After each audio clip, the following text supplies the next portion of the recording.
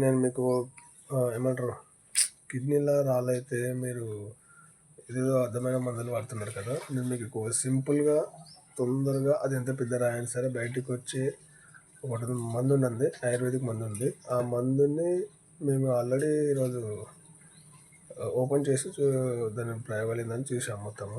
మీరు ఒకసారి ఆ వీడియో చూడండి, మీకు క్లారిటీ వస్తుంది.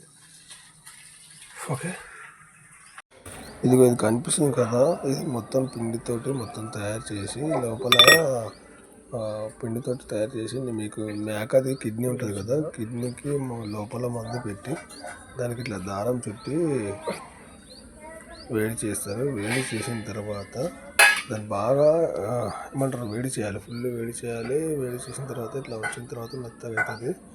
తర్వాత మనం అది మెల్లగా బయటికి తీసి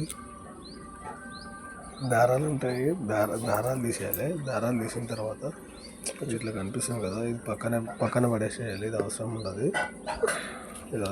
మొత్తం చేతి క్లీన్ చేసుకున్న తర్వాత మళ్ళీ మేకది కిడ్నీ ఉంటుంది కదా, చూడండి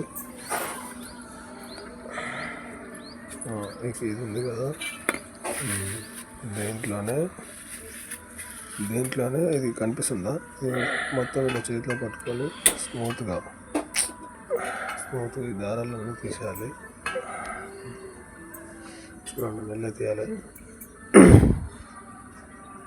కాలుతుంది, వేడి పెట్టినాం కదా, కాలుతుంది. మొత్తం ఒక్కొక్కటి మొత్తం దారాలు తీసేయాలి. చూడండి,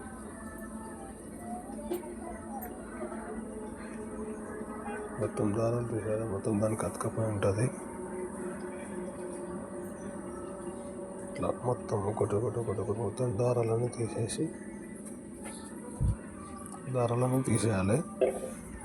చూడండి, మళ్ళీ స్మూత్గా తీయాలి. రావట్లేదు, మొత్తం అతకపోయి దానికి వేడి చేసాము కదా.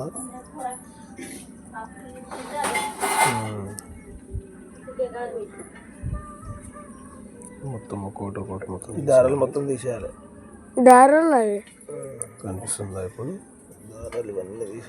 దారాలన్నీ తీసేసి మంటలు కాల్చేయాలి. మంటలు కాల్చేసినాక ఇట్లా కనిపిస్తుంది. ఇది మేకది కిడ్నీ అన్నమాట. చూడండి, కొంచెం చేతిలో పట్టుకొని చూపిస్తాను మీకు.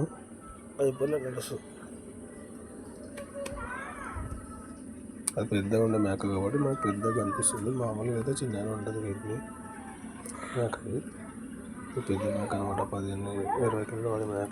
ఒక బట్ట తీసుకురాయే కాలుతుంది. ఇది లోపల మందు పెట్టేసి వెనక చూస్తున్నాం కదా, గీత లోపల పైన ఏమైనా ఉంటే మొత్తం గెస్ట్ తీసేసి స్మూత్ మొత్తం చేయాలి. మేకది కిడ్నీ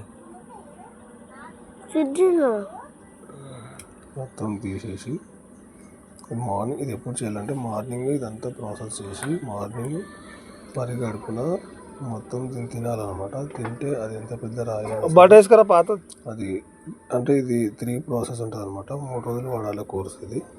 తర్వాత ఆటోమేటిక్గా అదే బ్లాస్ట్ అయిపోయి చూరం అయ్యి బయటకు వచ్చేస్తుంది అనమాట. ఇది కావాలంటే కామెంట్ చేయండి.